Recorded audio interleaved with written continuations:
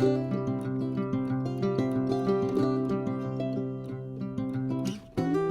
guys, welcome back to Semojo Homestead. I am heading into the garden just to kind of see what everything looks like. And also, we had a crazy, just like 30-minute storm last night, but it was pretty crazy. And kind of wanted to check on everything after that to make sure that we didn't have any like major damage in the garden. Not that we can fix that. Now, I know we don't have any major structural damage, but just wanted to kind of check on crops. Like the corn over here definitely got blown down, but that'll fix itself. It's not like completely blown down, it's just leaning. Also going to be harvesting some stuff, whatever might be ready.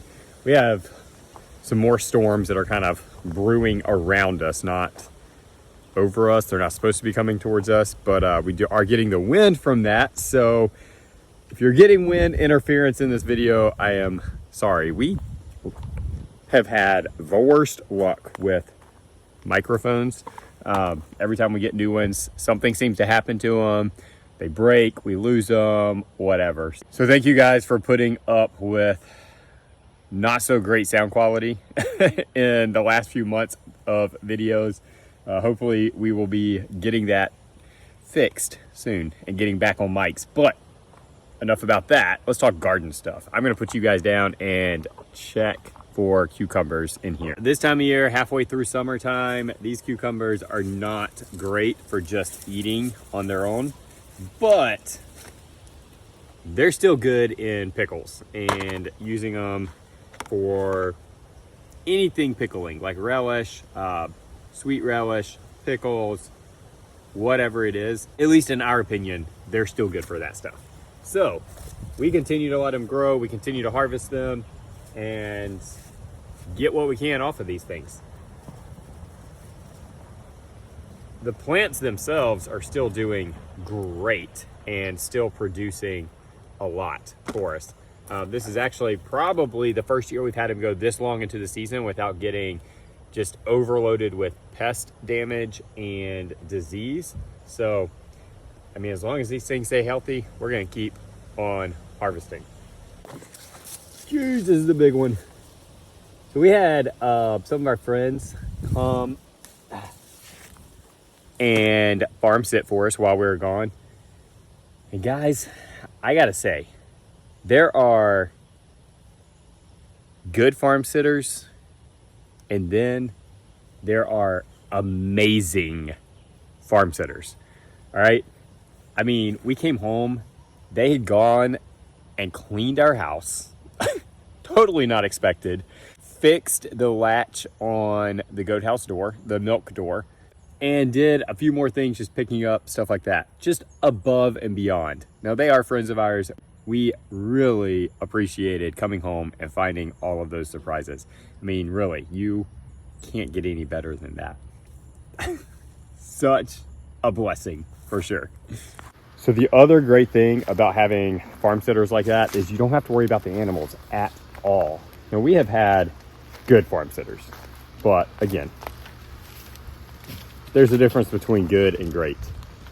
They did a great job taking care of animals, and even with that, I mean, above and beyond. They noticed that some of our chickens were missing feathers. I think they're just in molt, but, you know, told us about it. I got home and tried to find those chickens, and I did, but it was like, oh my gosh, like you had to really look to see those missing feathers. So they were clearly paying very close attention to our animals.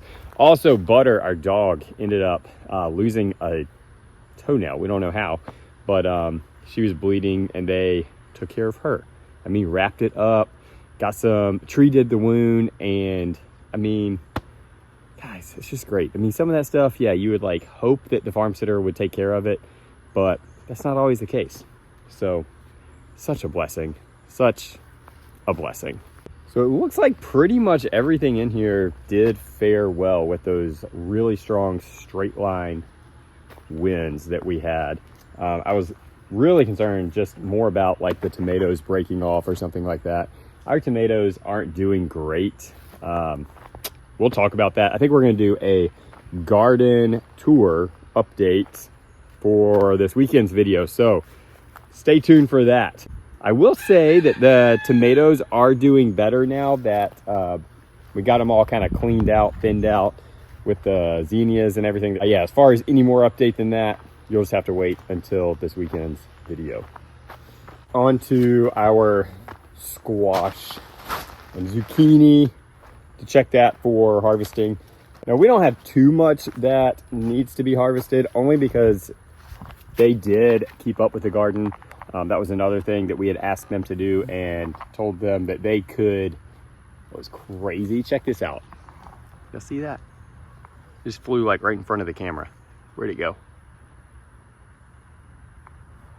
That was a parasitic wasp. If you don't know what those are, if you see them in the garden, they're your best friends if you've got tomato hornworms. They will actually lay their eggs in the hornworm, and then those eggs hatch and the larvae actually feed off of the hornworm. So if you've ever found a hornworm that has like these white, they look like just fingers almost sticking up out of them, then that's what that is. Leave it alone. It's going to be dying in like a day or two, and you're going to increase your population of those parasitic wasps. Oh, I thought I was going to get another shot of him, but he just left, or she. But anyway, we do have two humongous zucchinis down here that I need to get. So this zucchini plant is the massive one that is in the garden.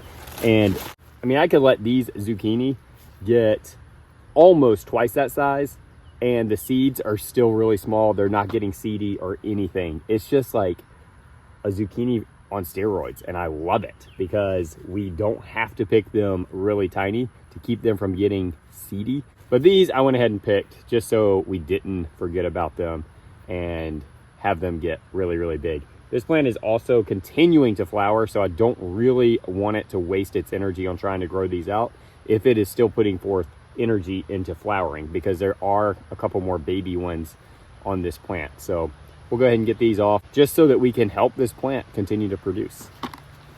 So talking with John this weekend, especially doing that video with him, if you missed that, I'll link it right here for you to check out.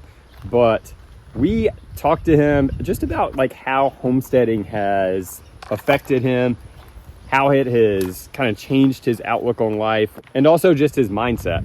And in doing that, it really sort of reinvigorated the excitement of homesteading. Not that it was like gone, but it just reminded me of the very basic reasons of why we do this homestead thing. Because sometimes, especially this time of year, it's not really fun when it's hot outside and you got to get out there and do it.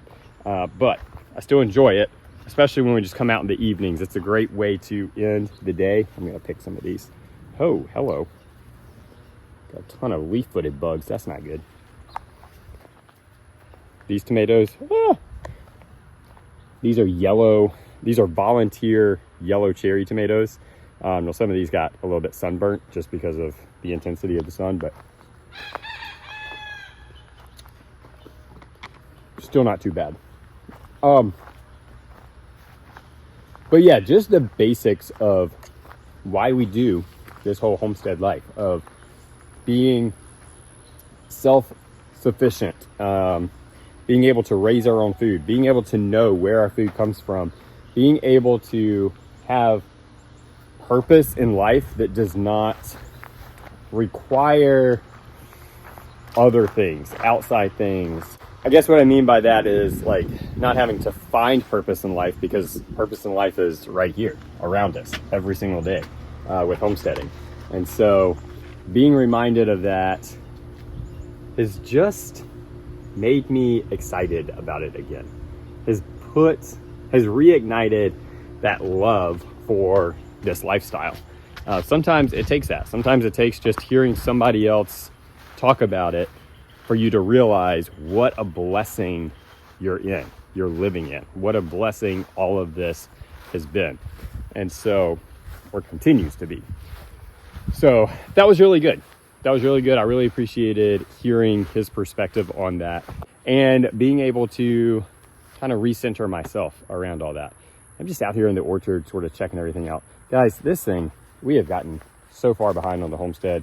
We've mentioned that in other videos. I mean, look at this. We got this and this, all of this, that area, this, and the front of the house. Yeah, none of that is supposed to be overgrown. There's not supposed to be green growing there. I mean, honestly, that's why it was a good thing that we did that interview with John, because I am feeling overwhelmed, but hopeful because of that interview. We just have so much stuff that's gotten overgrown because we haven't been able to give the attention to it that it needs. And you guys just got to see all the real life stuff, that unpretty stuff around here. So, you know, whatever. It is what it is. Hey, look at this. We got, I can't remember the type of this, but black squash, kind of like an acorn squash. Y'all tell me, what variety is that? Because I actually didn't realize it was producing. And it was one of those that we just kind of threw the seeds out. I think we seed saved those, but yeah, I know we've grown them before, or we've at least bought them before because we saved the seeds, but I don't know what variety. I can't remember the variety of those. So if you know what they are, it's kind of like a black acorn squash. Let me know. Put it in the comments because that'd be really helpful. So all of this behind me, this is like overgrown blackberry patch that wasn't even supposed to get like that. We weren't really even trying to let them grow over here. Oh man. Guys, I think I'm gonna come in here and just like mow down everything in the orchard. Obviously not the trees. And just hit the reset button 100%. I mean, that's kind of what I'm feeling. Like, almost has to happen. Oh, squash bugs. There's eggs there. There's eggs there. Which means those leaves go bye-bye. That's a lot of them too. That's one thing, I mean, the squash bugs don't really seem to bother our plants as far as the health goes. Could be wrong on that, but I haven't ever noticed it. They're not our biggest problem. It's the squash borers that are like awful. Y'all check out this pomegranate. So happy. See, those things are making me happy too. The pears are loaded. Check this out. And about ready to be harvested as well. This tree, this is supposed to be the top of the tree. This thing, we have a weeping pear tree. You ever heard of such a thing? I mean, it got so overloaded last year that it started to bend over like that, like whoo, and then it never straightened back up. And now this year it's doing the same thing. So I'm just gonna call it our weeping pear tree and leave it because it makes it easy to access all these. Had it been all the way up there, then we would not have been able to reach those pears. So it's not a bad thing. Doesn't seem to be affecting the tree. The last thing I'm gonna go check is, I mean, look at this grass. This is ridiculous. That needs to be cut. Anyway, last thing that needs to be checked are these baby chickens and baby turkeys. So we're gonna go see how they're doing.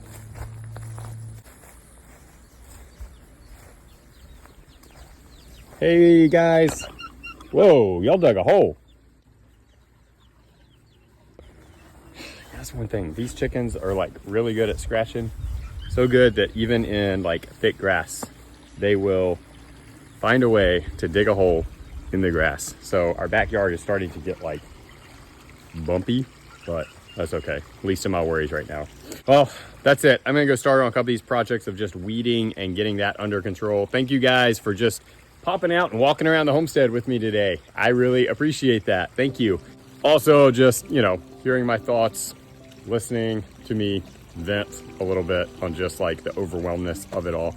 But you guys continue to have a great week and be blessed.